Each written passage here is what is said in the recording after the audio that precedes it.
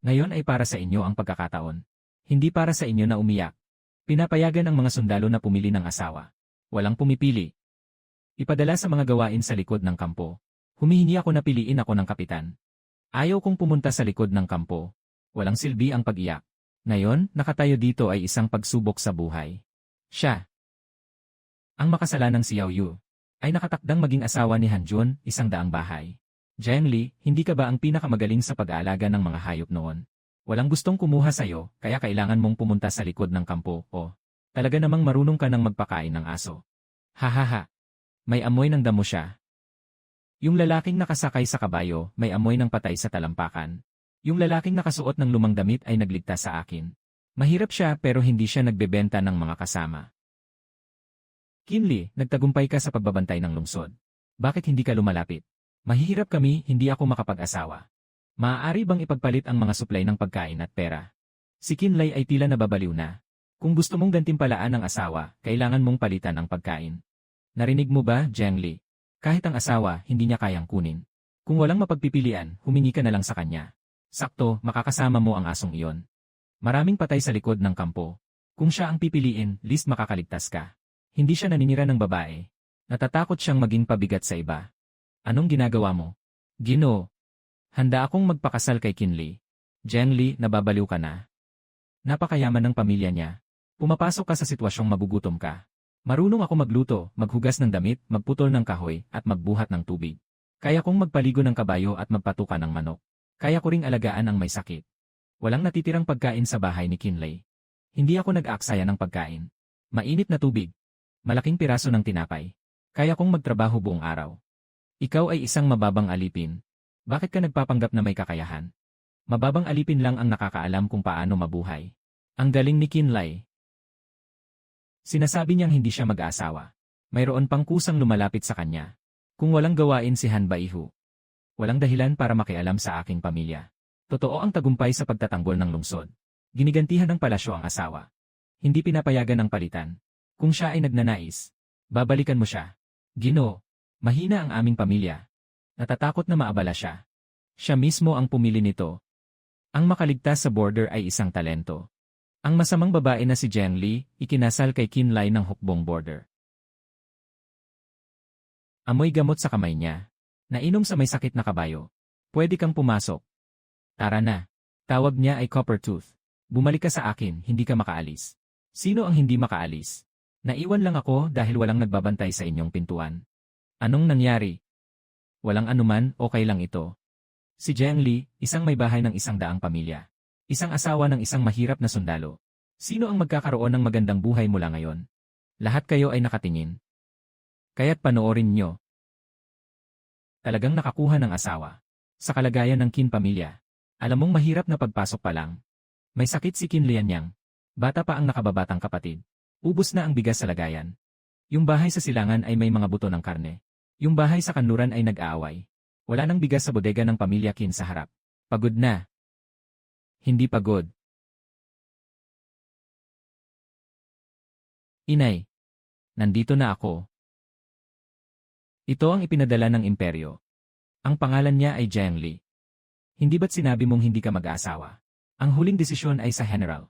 Walang katulong sa bahay na mag-aalaga sa'yo. Walang puting bigas o pinong noodles para sa'yo. Gusto mong maging misis? Mas mabuting itigil mo na ang isipin yan. Tiya. Ayaw kong maging misis ng mayaman. Marunong akong magtrabaho. Tinatawag ako ni Qin An at Qin Xiaoman na ate. 8. Huwag kang matakot sa akin. Kaunti lang ang kinakain ko. Ito lang ang meron sa bahay. Katatapos ko lang pumasok ngayon. Hindi pa luto, bibigyan kita. Kain ka. Ikaw naman. Hindi ako gutom. Hindi rin siya kumain kaninang tanghali. Kunin mo ang mangkok, Kinan. Naghahanap si Qin Xiaoman ng asin. May apoy pa ba sa lutuan ni Tia? Anong gagawin mo? Durugin ang biskwit, ilagay sa tubig, pakuluan. Budburan ng malagkit na harina. Marami pang mainit na lugaw ang lalabas. Mas makakatipid ka pa. Uminom ka muna habang walang laman ang tiyan, ubo. Mas lalong mahihirapan ang katawan mo. Nakikita mo bang umiiyak ako? Magtataka ka na paglakad mo ng 2 hakbang, humihina ka na. Kanina pa ako nakadikit sa ilalim ng tadyang. Dati na akong nag-aalaga ng may sakit na kabayo. Matagal nang may sakit, takot na silang magutom at lamigin. Tiya, ang init nito. Talagang mainit na nga. Ikaw ang pinakamabilis uminom. Ako gutom na. Kakaakyat mo lang. Walang pangangailangan na magmadali sa mga ito. Nag-aalala ako kung wala akong mapipili ngayon. Kailangan kong pumunta sa likod ng kampo. Ngayon, may tahanan na ako. May kawali ako at may handang magbigay sa akin ng kalahating tinapay. Kailangan kong itulak ang mga araw pasulong. Matalino ka talagang tao. May dumaan dito. Hindi ito amoy ng pamilya Kin. May amoy ng langis sa kamay. Masusunog ang kahuyan. May natuklasan ka ba? Isasara natin ang kahuyan ngayong gabi. Huwag mong gagambalain si inay at ang mga bata. May dumaan dito. Wala pang ebidensya ngayon. Kaya't maghanap ng ebidensya.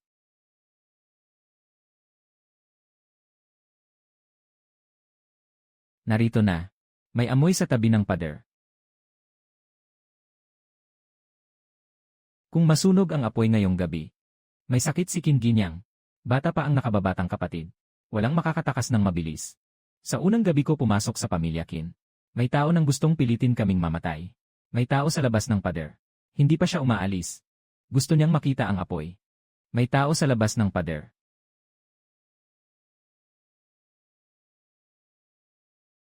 Tumigil ka na. Patay na aso. Sino ang nagsugo sa'yo? Dadaan lang ako. Ganon ang kahirap ang pamilya Kinyo. Bakit ko pa kailangang sunugin? May dalang langis sa pagdaan ko. Anong langis? Di ko alam. May langis at apoy pa sa manggas mo. Siya sa atin ang kanyang kanang manggas at tagiliran. Hahayaang malaman ko na taga Hanbaifu ka. Hahayaang suriin nila ako. Mga tao mula sa Han.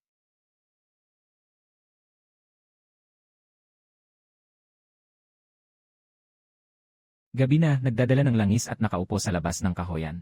Saka na lang, nagtatanong habang dumadaan sa kampo. Anong nangyari? Gusto nilang sunugin ang bahay natin. Sino ang may ganitong kasamaan? Kahit na ganito nakahirap ang pamilya Kin, kailangan pa nilang magsunog. Anong nangyari? Nahuli ng pamilya Kin ang isang tao. Hindi ako nag-apoy. Inutusan akong lumabas para maghanap ng kabayo. Nakamali ako ng daan. Haha, naghanap ng kabayo na may langis ng apoy.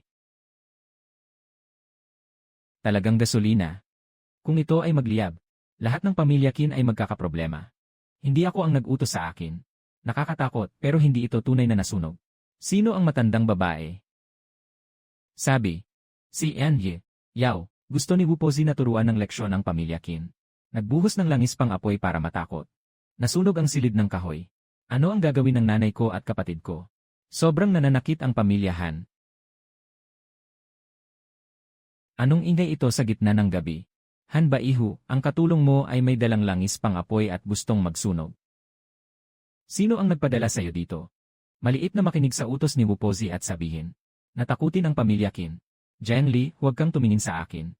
Wala akong alam. Walang ebidensya para patunayan siya. Ngayon, hayaan mo silang maglaban. Si Hanjun ay mamamatay para protektahan siya. Ito ay mga alipin. Hindi malinis ang mga kamay at paa. Walang kinalaman si Yao Yu. Si Qin Li ay dadalhin ko pabalik. Ihahatid bukas sa hukbo para sa disposisyon. Nahuli siya sa harap ng aking bahay. Bakit mo siya dadalhin? Ako ay 100 tao. Maaaring ikaw ang unang magdala kay Hanbaifu. Ngunit ang mga panggatong at langis, at mga basahan na may langis ay dapat iwanan. Ngayong gabi, maraming kapitbahay ang nakakita. Kung magtatanong ang mga sundalo bukas, sasagutin ko ng totoo, na hindi ito nagliyab ngayon, ay dahil sa swerte ng pamilyang Qin. Sa susunod, kung may magtatangkang manghimasok, hindi lang ako basta hulihin. Jiang Li, nung pumasok ka lang sa border. Matapang ka na agad. Nilagyan ka pa ng tao ng sunog sa pinto. Kung maliit ang loob, mamamatay ka. Salamat sa bagong asawa na ito. Pagpasok pa lang, nailigtas na niya ang buong pamilya.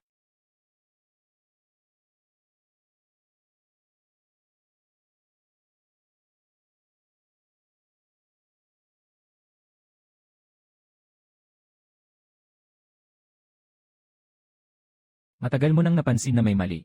Ang ilong ng tao ay hindi kayang amuyin ang tanso. Kailangan pa rin ng aso. Salamat sa iyo ngayong gabi. Pumasok ka na, malamig sa labas. Kaya, iwanan mo na lang kay Xiaoman. Inay, hindi ako kumain ng itlog. Pagpasok ko pa lang, nagkaaberya na. Kumain ka muna ng itlog para maibsan ang takot. Para hindi pa ako ang mag-alaga kapag nagkasakit ka. Kagabi ang bilis ng reaksyon mo. Ate, hindi ka ba natatakot? Kahit natatakot, kailangan kumilos. Hindi pwedeng puro takot lang ang buhay. Yung batang lalaki na yon, pumasok na sa bundok. Babasagin ang basket. Darating ang amoy ng dugo. Nasaan si Kinan? Sabi ng kuya, naglakad-lakad siya sa labas. Nagdadala ba siya ng basket na kawayan? Sabi niya, mangangalap siya ng mga ligaw na gulay para pakuluan ng hipag. Anong nangyari? Pumasok si Kinan sa bundok. Magtakbo na agad gamit ang pana. Kinlay, ibalik mo ang iyong kapatid. Ako ang hahanapin.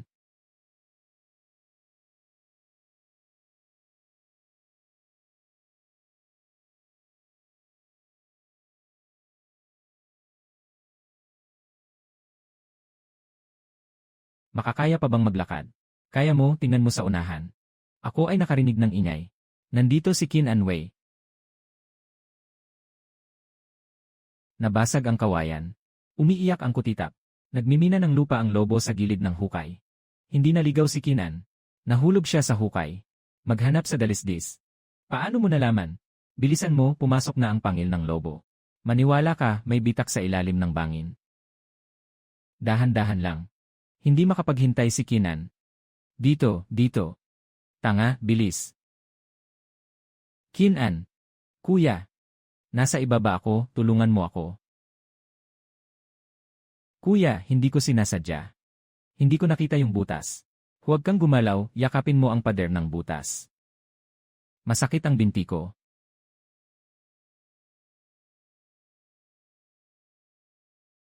Umalis ka, ito ang anak ko.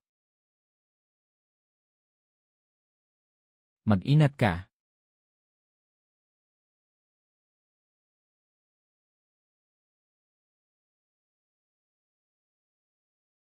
Coppertooth sa kaliwa.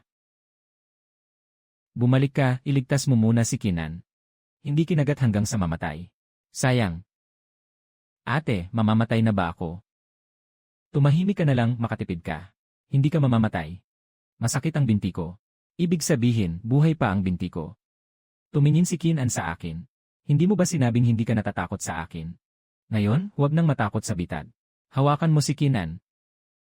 Hihilahin kita. Paatrasin siyang tumapak sa kanang bato. Tumayo ka muna. Tumapak si Kinan sa kanang bato. Hawakan mo ng mabuti ang lubid. Manatili ka, huwag bibitaw. Hindi ako humiwalay. Ate, hindi talaga ako tamad. Gusto ko lang maghukay ng mga damo. Alam ko. Kuya, nagkamali ako. Sugat lang ito, hindi na bali ang buto. Kuya, hindi ko dapat pumasok ng palihim sa gubat. Alam kong nagkamali. Babalik ako para pagalitan ng nanay. Pwede bang huwag sabihin kay nanay at sa kapatid? Hindi pwede. Kung hindi alam ng nanay mo ngayon, sa susunod ay hindi ka na makakabalik. Umiiyak na bata. Nasira na ang basket pero iniisip pa ang mga ligaw na gulay. Anong pangalan mo? Naalala ni Black Bean. Huwag maliin ang tawag. Mahal ang pagpapadala ko ng balita. Kailangan ng karne. Babalikan kita ng isang piraso. Ayos na yan. Nakikipag-usap ka sa uwak. Palagi siyang tumatawag. Pabilisin mo tayo. Hindi pa malayo ang lobo. Ate, nasira ang basket ko. Kung nasira, ayusin mo. Basta walang masama sa tao. Gusto kong pakainin ka ng masarap. Kung gusto mong pakainin ako ng masarap, dapat una mong dalhin ang sarili mo pabalik. Nakuha ko na. Kinan. Nakakatakot ka na talaga. Sino ang nagpapasok sa'yo sa bundok? May mga lobo sa bundok. Hindi mo alam. Inay, gusto kong maghukay ng mga gulay para sa bayaw ko. Hindi mo kailangan ng gulay na yan. Kung mawala ka na, ano ang ibabayad ko sa'yo, kuya? Kuya, huwag ka na munang pumunta sa susunod. Hindi na ako pupunta. Pakainin muna siya ng isang higop. Matagal na siyang umiyak, nasasaktan ang ulo. Masarap ang sabaw ni Mrs. Sabihin mo lang sa akin kung gusto mong uminom next time. Huwag nang magtangkang tumakas ulit. Bambo ang parusa. Sister-in-law. Totoo bang may mga lobo sa bundok?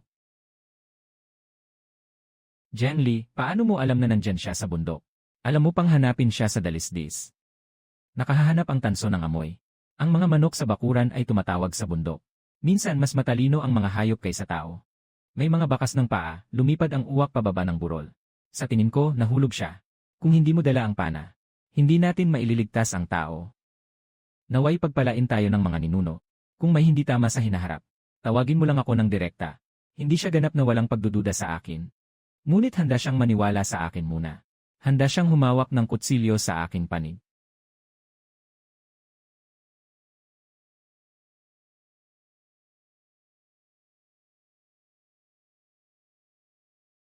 Masyadong matigas, sa susunod dapat ay karne. Ayos na rin na may makain. Babalik siya bukas na may ngiti. Ay! Narinig kong nagpunta ka sa bundok kahapon para iligtas si Kinan. Sakto lang na gusto ko ring umakyat sa bundok. Bakit hindi tayo magkasama, mga kapatid? Hindi naman kailangan pang maging mahirap ang pamilya Kin. At hindi na rin kailangang maawa si Yanye. Han, nagkamali si Jakin. Dati kaming magkasama ni Jiangli sa isang tahanan. Dapat sana'y nag-aalaga kami sa isa't isa. Ngayon, gusto mo lang akong sundan. CJ. Dahil gusto ni Ginangyaw na tumulong. Sama-sama tayong pumunta. Ate, huwag kang mag-alala. Sasama ko si Xiaoman, hindi tayo lalayo. Kaka-recover mo lang sa iyong binti. Dito ka na lang sa bahay, mag-alaga ng tanso. Gagamitin ko ang iyong pagkain. Jiangli, ang buhay mong pakasal kay Qin ay mahirap. Nakikita ko rin na hindi ako mapakali. Kung talaga namang makakakita ka ng magagandang bagay, matutulungan kitang magtanong sa bayan tungkol sa presyo. Hindi na kailangang abalahin si Han Baishu. Huwag ka namang maging matigas lagi. Kahit gaano pa kalakas si Qin Li sa laban, isa lang siyang sundalong nasa ibaba. Noong kagabi, ang batang lalaki mula sa pamilya Han ay nagdala ng langis na may apoy. Sa pagpasok sa Qin pamilya, kaya rin ni Han Baihu. Yung mga alipin lang ang nagkamali. Naiparusa na ni Han Jun. Kaya't mag-ingat tayo sa madulas na daan sa bundok. Huwag na rin sanang magkamali ang mga alipin ngayon. Ay! Ito ba ay wild na gulay? Mukhang malambot ang dahon, tingin ko. Nakita ko rin yun sa kabila. Jiangli, dahan-dahan ka. Pupunta muna ako roon para tingnan. Si Anye, yaw ay mukhang mahina. Hindi ko akalain na gusto pa niyang mag-ani ng mga ligaw na gulay. Ate, gusto niyang agawin ang iyong mga bagay. Ang gusto niyang agawin ay hindi mga bagay kundi ang reputasyon. Mahirap kainin ang mga ligaw na damo sa kaliwa. Huwag kang pumasok sa botika. Sa ilalim ng bato sa kanan may matamis na ugat. At may dilaw na bulaklak. Nasaktan ka. Kagabi, tinapak ako ng babae na nakasuot ng pulang damit. At sinisisi ako sa pagnanakaw ng manok. Ang tanga niya hindi makahanap ng magandang bagay. Ako si Wei. Bigyan mo ako ng makakain. Sasamahan kita. Sasamahan kita pabalik, saka kita bibigyan ng makakain. Jiangli, may napansin ka ba? Doon, maraming damo. Siguradong may mga ligaw na gulay doon. Sundan niyo ako. Pero hindi pa nagsasalita si Jiangli. Nakikita niya. Nakikita ko rin. Walang nakasulat na pangalan niya sa mga bagay sa bundok. Jiangli, nakita mo ba? Hindi lang ikaw ang marunong maghanap sa Shandong at Sizhou. Makapalang dahon na ito at marami ang ugat. Siguradong mabibenta ito sa botika. Hahaha, tingnan nyo. Hindi na siya makasagot. Tunay na magaling ang mga gamot ni asawa. Ito ba ay Huangqi? At pati na rin ang Dangshen. Malaki ang kikitain dito. Ako rin, marami rin akong ganito. Tulad ng isang botika ang pagtanggap. Yan ay kuksing cow. Ayaw ng baboy kumain. Hindi tatanggapin ng botika. Ate, hindi ba pwedeng putulin ang ugat na ito? Dahan-dahan lang, huwag hilahin ng mabigat. Maraming matamis sa butas ng puno sa itaas. Ate, may mga bubuyog. Huwag lumapit. Yun na ang pugad ng bubuyog, di ba? Ako rin ay pwedeng makagat ng pukyutan. Huwag mong galawin. Luya at peras. Huwag mong akalaing ikaw lang ang matapang. Matibay ang kamay ng asawa ni Qin. Hindi siya basta-basta pumasok, alam niya talaga ang ginagawa. Huwag kang gagalaw. Kung magagawa mong kunin, magagawa ko rin akong kunin. Umalis ka kung may hangin. Luhod ka, huwag magwawagayway ng kamay. Parang walang ulo na langaw. Humarap sa ibaba.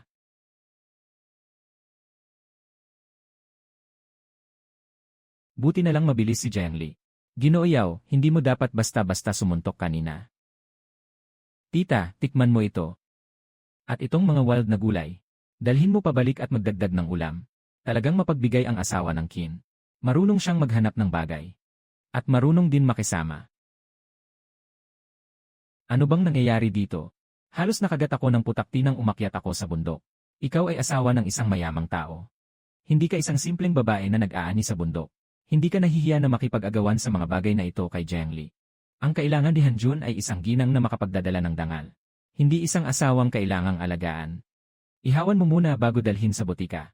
Maaari bang inumin ito ng ina? Hindi ako inom, itatabi ko ito para ibenta. Ngayon, matapang ka ah. Uminom ka muna bago tayo mag-usap. Inay, hindi ka umiinom. Ayaw ko ng matamis. Kakalamog lang niya kanina.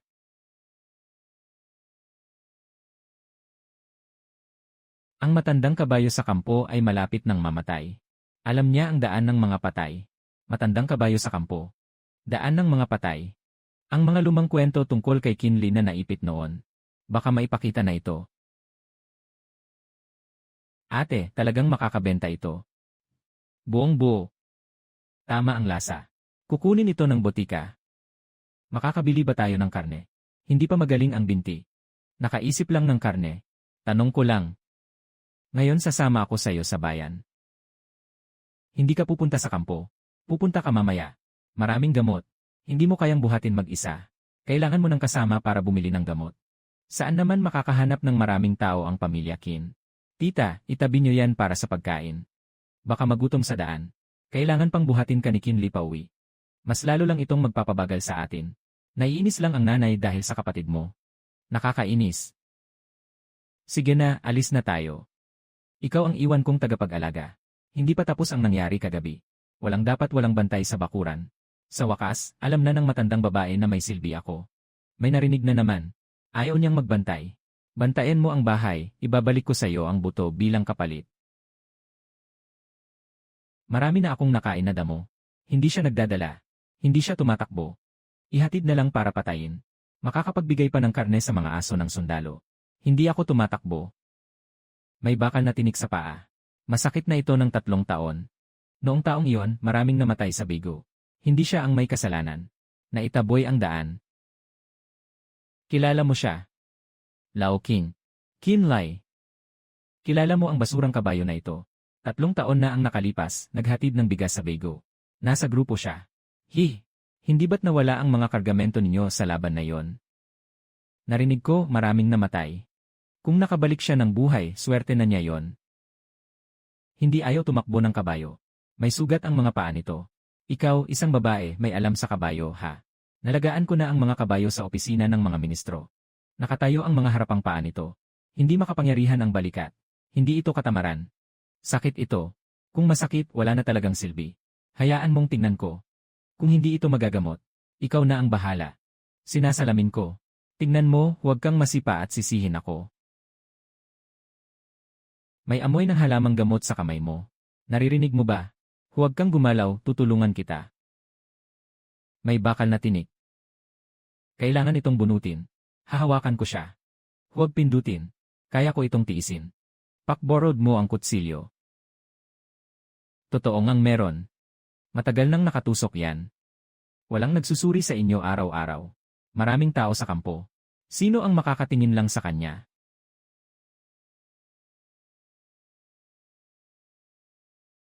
Itong matandang ito ay talagang kumain. Ano ba talaga ang nangyari sa bigo noong taong iyon? May amoy ng kabayo ng pamilyahan ang gabay. Alam na ng iba ang ruta ng pagdadala ng mga supply. Nakatago ang kaaway sa likod ng burol. Unang barilin ang kabayo, saka putulin ang mga kargamento. 3 taon na ang nakalipas, nagdala ng supply sa bigo. Nakapagpataw ka ba ng parusa? Noong pagkakataong iyon, naghatid ako ng supply ng pagkain kasama ang grupo. Sa gitna ng daan, nahulog kami sa ambush. Nasunog ang sasakyan ng pagkain. 12 tao ang namatay sa grupo. 2 buhay na tao ang naibalik ko. At 3 bangkay ang naibalik ko. Sabi ng mga nakatataas, hindi ako naging mabuti sa pagbabantay ng supply. Isang tungkod lamang ang ibinigay sa akin. Walang pagkilala. Narinig ko na ang tungkol dyan. Sinasabing matibay ang loob ni Qin Li. Namatay na ang iba. Siya na lang ang bumalik. Huwag mo munang ipagsabi ito. Suriin muna ang mga record ng hukbo noon. Tingnan kung sino ang nagbago ng ruta. Tingnan kung sino ang nagpadala ng gabay. Sa tingin mo may problema. Hindi magbabago ng daan ang mga patay. Hindi magbabangga ng ambush ang mga kargamento ng pagkain. Susuriin ko ang lupa ng Bago. Naalala mo ang mga Ako Point. Muli mga bagay na hinukay sa bundok. Ipakita mo sa akin. Buong-buo naman ang ugat. Kulang lang sa pagkatuyo. Maliit din ang pugad. Ganito na lang, ibigay ko sa iyo lahat ng 200 na barya. Ginoong Liu. Pantay ang mga ugat ng Huangqi. Kaunti ang mga butas ng insekto. Ang dahon ng Codonopsis ay putol at malinis. Hindi ito bulok na ugat. Ang honey ay hindi tinadtad ng tubig. Binibigay mo ng 200 kwento. Niloloko mo ako na hindi marunong sa gamot. O niloloko mo ako na nagmamadali akong gamitin ang pera. Naiintindihan ng maliit na babae. Hindi naman siya ganap na marunong pero alam niya ang tama at mali. Sige, magkano? 300 wen para sa Huangqi. 500 wen para sa Dangshen. 200 wen para sa Beehive. Lahat-lahat ay 1 kuwan. Masyadong mataas ang 1 kuwan. Sige, pupunta ako sa susunod na tindahan. Sandali, 800 wen. 750 salin, walang ibebenta sa mas mababa. Ayos, 750 salin. Sa susunod na may magandang gamot, ipadala mo sa akin ito. Tingnan mo ang presyo, hehe. Hindi mo basta-basta maloloko ang batang ito. Ang dami nito. Hindi ito masyadong marami, mahirap makahanap ng mga gamot. Hindi ito dapat ibenta ng mura. Ilang buwan nang hindi makapag-ipon ang pamilya Qin ng ganito. Mas marami pang darating. Magtabi muna ng kaunting pera. Kailangan bumili ng bigas, gamot, manok at kuneho. Ang pera ay hindi kumikita kung nakatago lang. Kung aalagaan ng mabuti ang mga buhay na hayop, dadami sila. Hindi ko kailangan ng masyadong mahal. Huwag mong ipagpaliban ang iyong lumang pinsala sa pulso kapag humihila ng busog. Ang perang kinikita ko, ako ang may kapangyarihan dito. Ibalot mo ang 2 peres na ito. Maganda ang balat na ito. Gusto kong gumawa ng bagong damit. Hindi ka naman lumalabas para makilala ang mga tao. Bakit ka bibili ng mahal? Ako ang iyong asawa. Hindi naman pwedeng magmukhang mahirap. Naging kahiya-hiya ka nitong mga nakaraang araw. Bumili ng mura. Pero kayang-kaya mong gumastos para sa luya at peras. Ubus na ang bigas ng pamilya Qin. Bumibili ka pa ng tela at manok. Huwag mong ubusin ang perang pangkaligtasan. Kung kaya kong kumita, kaya ko ring gumastos. Hindi tulad ng ibang tao. Kailangan ng pera at kailangan pang tingnan ang mukha ng tao.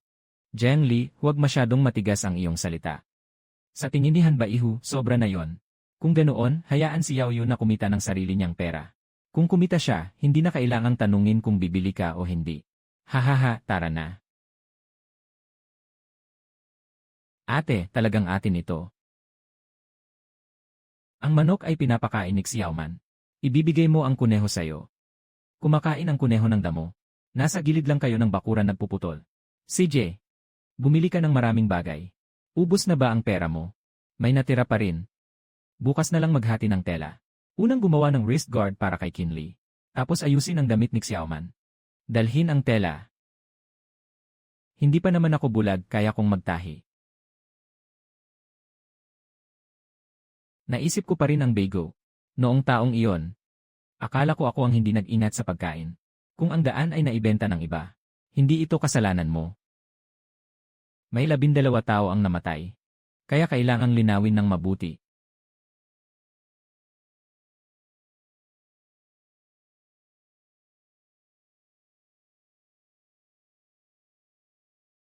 May amoy ng kalaban sa Batuguli. May gustong ipabalik si Qin Li sa daang iyon.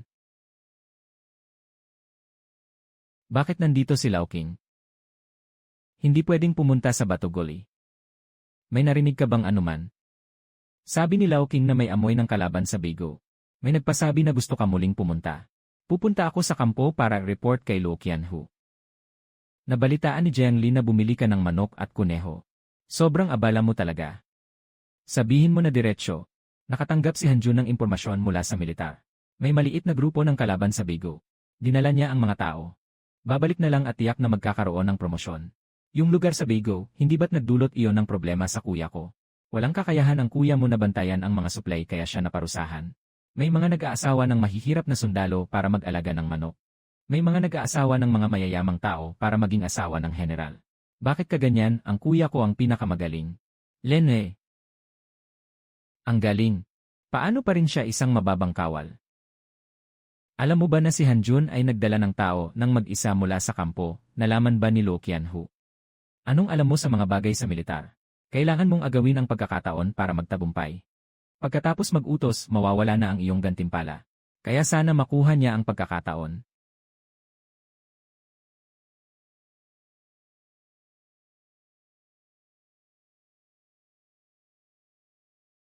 Pumunta ka sa bangin, naroon si Taijing.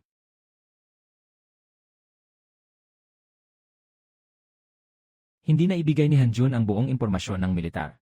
Nagpasimula siyang magdala ng tao palabas ng kampo nang hindi alam ng iba. Ipinadala ni Lo Qianhu ang mga tao upang maghabol. Ngunit siya ay umalis ng maaga. Pumasok siya sa Beigo. Maaaring magdala si Chai Wei ng daan.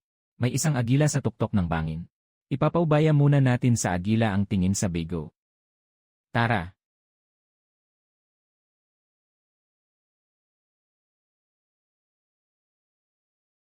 Masungit si Tailing, huwag mo siyang istorbohin. Tailing, pakisilip naman sa Beigo. Naglalaro ang mga tao. Wala akong pakialam. Kung pumasok ang kaaway sa bundok, susunugin nila at puputulin ang mga puno, at tatakbuhan ang mga hayop. Hindi lang mamatay ang tao sa oras na yon. Mga walang kwentang salita.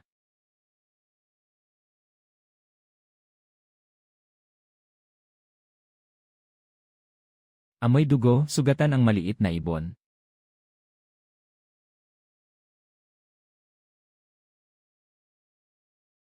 Hindi ko siya saktan. Binuksan ko ang pangklip. Pinindot ni Qin Li ang bakal na singsing. Huwag kang gagalaw, gagaling agad. Pupunta ako sa Beigo para tingnan.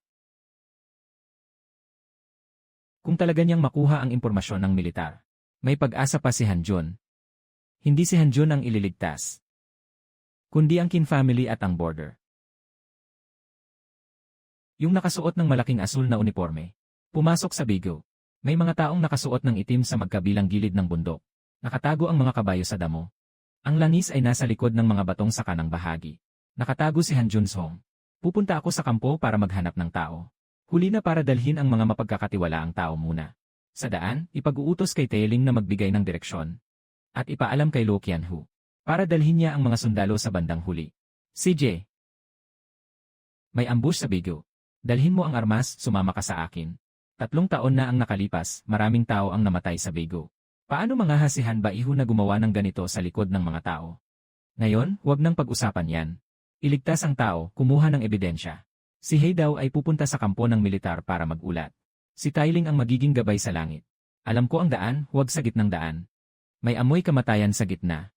Sabi ni Lao King, sa gilid ng bangin tayo dumaan. Sa gilid ng bangin. Simula na. Sila ang unang lalaban, papatayin ko sila. Nakatago. 3 tao sa kaliwang bangin. 5 tao sa kanang sapa. May apoy sa magulong bato sa kanang bahagi. 3 tao sa kaliwang sapa. 5 tao sa kanang sapa. May langis ng apoy sa magulong bato sa kanang bahagi. 2 sa kanila ay sumama sa akin sa likod. Ang natitirang tao ay tutok sa langis ng apoy sa kanang bahagi. Huwag hayaan nilang masindihan nila ang apoy. Nandito ang langis. Gusto nilang sunugin ang butil.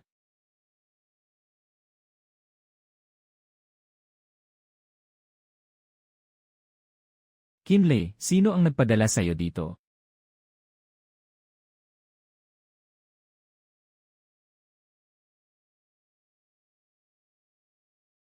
Ang mga tauhan ni Lo Qianhu ay nag-udyok sa kaaway na pumasok ng malalim. Nalaman na ang ambush ng kaaway. Mali ang sinabi ni Han Baihu. Hindi ka nag-udyok sa kaaway na pumasok ng malalim. Kundi umalis ka sa kampo ng walang pahintulot. Nalusutan sa bitad. Ginger, ikaw na isang babae, naninira sa hukbong may 100 sundalo. Ang itim na balahibong pana ay kinain ng agila. Ang langis na supot ay itinago ng kalaban sa ilalim ng damo. Ipagbigay alam mo ang buong kalagayan ng laban. Sabi lang ni Qianhu na may maliit na kalaban. Hindi niya sinabi na may nakatagong kalaban sa paanan ng bundok. Si Hanjun ay pumasok sa kampo ng hindi pinahintulutan. Mapagsapanganib at mapusok. Pag-uwi sa kampo, pinaparusahan. Qin Li pinatay ang pinuno ng kalaban. Nakuha ang langis at hayop panggamit sa apoy. Ginawaran ng papuri. Kinli, magaling ang iyong espada. Noon ay naitago ang talento mo. Ang mga nasasakupan ko, ginagawa lang ang nararapat.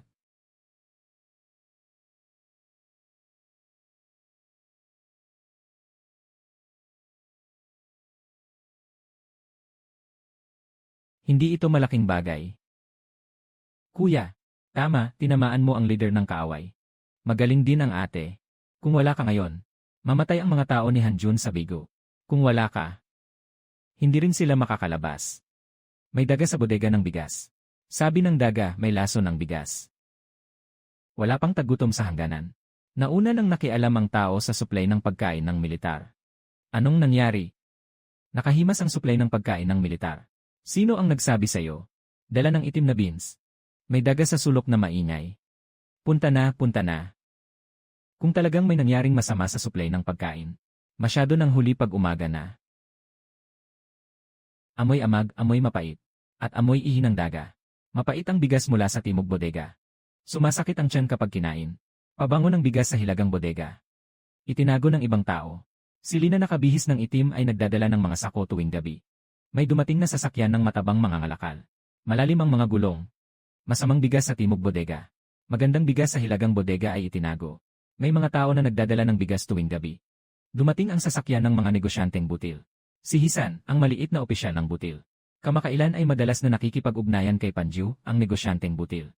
Hindi pwedeng magalit ngayon. Walang ebidensya. Maglabas ng ilang masamang bigas mula sa timog na bodega. Para sa inyo, may natirang mga piraso ng tinapay. Kailangan ng mantika, karne, bigas, at asukal. Unahin ang mga bagay, mayroon pa bukas. Kumain ang mga sundalo ng mga ito. Bahagyang pagtatae. Malubha, hindi makakapagpunta sa pader ng lungsod. Hindi lang dapat hulihin ang bulok na bigas. Kailangan ding hulihin ang nakatagong bigas. Maaaring suriin ni Luo Qianhu. Papasok niya ang bigas sa harap ng mesa ni Luo Qianhu. Kailangan ko ng karne. Ipapaalam ko sa iyo ang tungkol sa karne.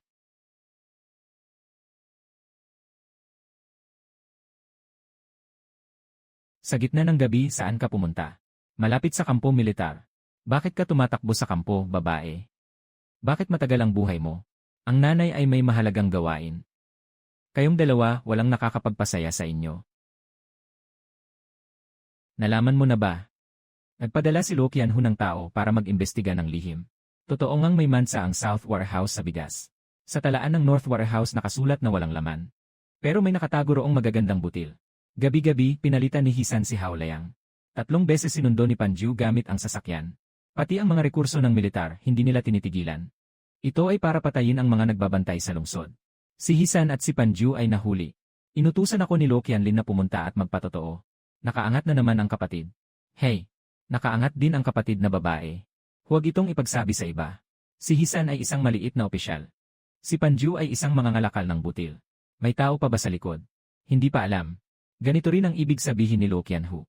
Walang uod sa lupa. Kakaunti ang pananim sa taglagas. Bumaba ang bilang ng mga karito ng bigas sa bayan. Sa harap ng tindahan ng bigas, magaan ang karito ng mga mangangalakal. Walang laman ang bag, nagsisinungaling ang karitonero. Sa likod bahay ni Panju, may amoy ng bigas. Ngunit sa pintuan, sinasabi nilang walang pagkain. Naubusan na ng supply ang hangganan. Hindi na yon. Ngunit malapit na. Ano ang bibilhin mo? Mga buto ng gulay na matibay sa malamig. Buto ng sitaw. Manok, bebe, gansa, at kuneho. Bumili ka pa ng luya at peras. Sira ka ba? Kailangan mong mag-ipon para sa bigas. Mura ang lupa at mga buto ng gulay. Ang manok at bebe ay pwedeng mangitlog. Ang kuneho ay pwedeng kumain ng damo. Hintayin mong tumaas ang presyo ng bigas. Pati damo, may mga nagnanakaw. Sa tingin mo, magkakaroon ng kakulangan sa bigas. Bumaba na ang mga sasakyan ng bigas sa bayan. Sabi ng mga negosyante, walang bigas. Hindi ba't may mga tao nang nag-imbak ng bigas? Tutulungan kitang ayusin ang bakod at kanal. Mag-aalaga ako ng mga kuneho. Nagpapakain ako ng mga manok at baybe. Lahat sila ay sumusunod sa kanya. Kung nagiging magulo ang buhay, huwag kang umiyak.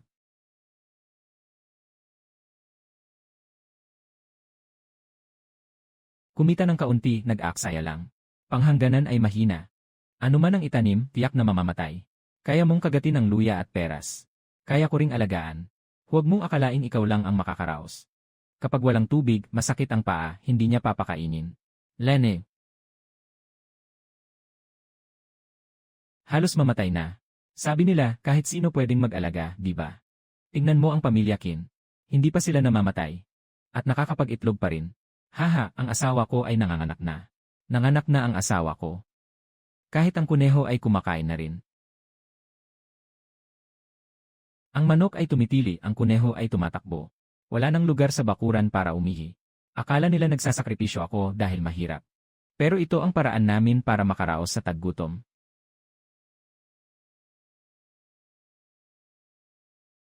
Maraming kabayo ang dumating mula sa hilaga. Mabigat na alikabok, nagniningning ang mga sandata. Tumakas ang kawan ng mga lobo patimog. Sa loob ng 3 araw, may dugo sa pintuan ng lungsod. Anong nangyari? Darating ang kaaway sa pintuan ng lungsod sa loob ng 3 araw. Talagang malaki ang nangyayari. Ano na namang nangyari, inay? Maaaring may labanan sa hilaga. Kuya, matutulungan din ako. Magbantay ka sa bahay. Aakyat ba si kuya sa pader ng lungsod?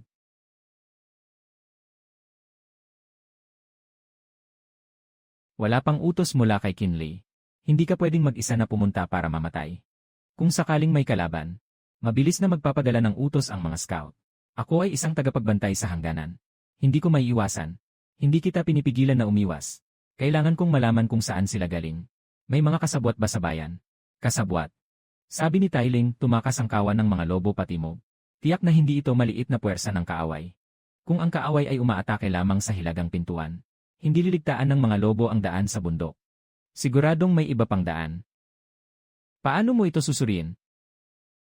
Hayaan mong ang mga hayop ang mag-imbestiga. May mga tao sa labas ng hilagang pintuan. Maraming kabayo, kaunti ang watawat. Sinasadya itong ipakita. Ang harapan ay isang panlilin lang. May mga tao sa itim sa ilalim ng pader ng lungsod. Kumakain sila ng matigas na biskwit. May lasa ng mantika ng tupa ang biskwit. May estranghero na pumasok sa silangang kalye. May putik sa ilalim ng sapatos. Hindi dumaan sa tamang daan. Mantika ng tupa para sa kabayo. Karaniwang ginagamit ng kaaway sa hilaga. May lasa rin ito sa lungsod. Bukas ang lumang kanal. May mga tao, bakal at apoy. May mga yapak sa lumang daan sa likod ng bundok. Papasok sa kanal. Ang bibig ng lungga ay may ginupit na damo. Hindi simpleng pag-atake sa lungsod ang kaaway. Gusto nilang magpanggap na umaatake sa hilagang pinto. Muling pumasok sa lungsod mula sa lumang kanal. Pupunta ako kay Lo Qianhu. Sandali, may isa pang bagay. Ang dugo ko. Saan mo nakuha? Sa tabi ng patay sa ilalim ng pader ng lungsod. Bumagsak ang lalaki. May araw sa dibdib. May amoy ka sa kanya. Huwag kang pupunta sa kampo ng sundalo ngayong gabi. Ako ay nasa hangganan ng hukbo. Kung bumagsak ang lungsod, mayroon ka pang Qin family village. Hindi na kayo makakaligtas. Ikaw ang nagbabantay sa hangganan. Pero sino ang magbabantay sa'yo? Iyan ay binili ko para sa kanya. Dadalahin ko ito. Babalik akong buhay. Dinala ni Qin-an ang mga matanda at bata sa likod ng nayon sa lupaing imbakan. Pupunta ako. Pumunta si Qin Xiaoman para magpalipad ng kalapati at hanapin si Lo Qianhu. Isusulat lang ang isang pangungusap na may kaaway sa lumang butas ng alulod. Marunong akong sumulat. Ang tanso ay nagbabantay sa ina.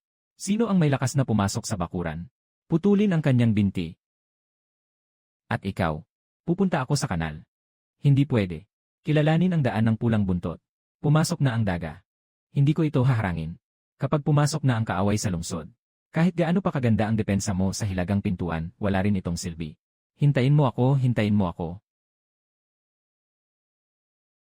Pumunta na si Jiang Lihanjun sa hilagang pintuan. Sabi niya, basta makagawa siya ng kabutihan sa pagkakataong ito, maibabalik niya ang kanyang dangal. Iyan ay kanyang usapin. Alam kong nagkamali ako dati. Pero kung mamatay siya, wala na akong makukuha. Pakiusap, tulungan mo siya. Kung gagalaw si Hanjun, mas maraming tao ang masasaktan. Kung gusto mong tulungan siya, tumahimik ka. Sumunod ka sa paglilipat sa mga kababaihan at bata sa nayon, kung hindi, mag-alis ka na. Gagawin ko.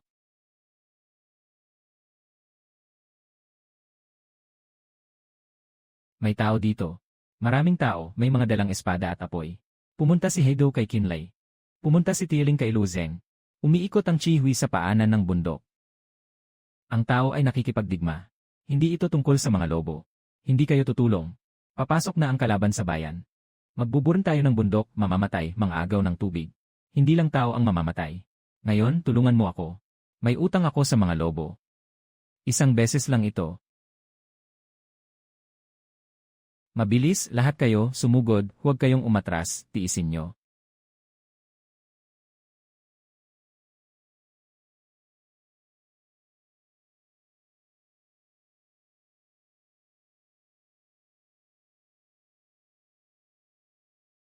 Isara ang butas.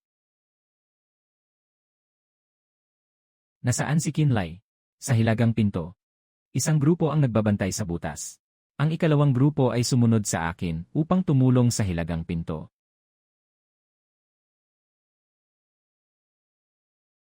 Si Kinley ay may tagumpay sa pagprotekta sa hilagang pinto. May tagumpay sa pagwasak ng lihim na atake ng kaaway. Pinugot ang mga nangungunang kaaway. Tandaan ang malaking tagumpay.